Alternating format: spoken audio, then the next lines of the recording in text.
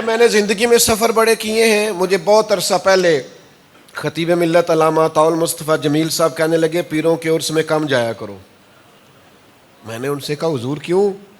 کہنے لگے جہاں کوئی عجیب و غریب گدی نشین ہو وہاں سے بچنا، اس لیے کہ ان کا پروٹوکول ہم سے نہیں ہوتا، ہم نے بڑا پہلے چھوڑ دیا تھا.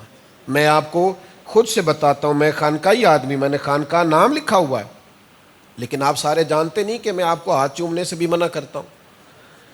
میں نے جمعے والے دن کئی دفعہ آپ سے عرض نہیں کیا کہ میں جب آؤں تو کھڑے نہ ہوا کریں. میں نے دوستوں سے کہا ہے کہ گلی گلی میں آپ نے خانقاہ بنانی ہے، لیکن وہاں خلفاء نہیں بٹھانے، خدام بٹھانے. طریقت کا اصل روپ لے کے آنا ہے. ایک جگہ میں جلسے میں حاضر تھا، کسی پیر صاحب کا ختم چہلم کا پروگرام تھا، تو ایک صاحب نے کہہ دیا اللہ ان کی مغفرت فرمائے. کوئی غلطی کمزوری سستی ہو گئی تو معاف کرے، تو سجادہ نشین صاحب ناراض ہو گئے، کہنے لگے بلندی درجات کہو.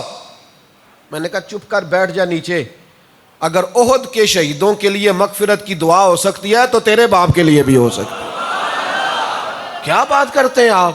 پڑھیں آپ حدیث و سنت کی کتابیں. کیا حضور شہدائے احد پر جا کے مغفرت کی دعا نہیں فرماتے تھے؟ کیا تم نے تصوف لیا ہے اور کیا تم نے طریقت پائی ہے اور کیا تم دنیا کو دے رہے ہو؟ تم نے اپنی قبروں کو محروم کر لیا ہے کہ کوئی تمہارے لیے دعائے بخشش بھی نہ کر سکے، دعائے مغفرت بھی نہ کر سکے. آپ میں سے جو جہاں سے بھی آیا ہے، میں منبر رسول پر بیٹھ کر اللہ کی قسم اٹھا کے کہتا ہوں میں آپ سب سے زیادہ گناہگار ہوں. جب بھی کبھی رات کو موقع ملے دعا کیا کرے اللہ میرے گناہوں کو معاف کر دے. کہہ رہا ہوں میں آپ سے، باہر نکلیں، آپ اصل کی طرف آئیں، حقیقت کا سفر کریں.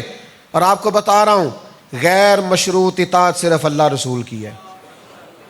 پیر کی بات مشروط مانے، شریعت کے دائرے میں حکم دے تو مانے، دائرے سے باہر سمجھ میں آئے تو نہ مانے. والد صاحب کی، استاد صاحب کی، کسی کی بھی غیر مشروط فرما برداری نہیں ہے. غیر مشروط فرما برداری اللہ رسول کی.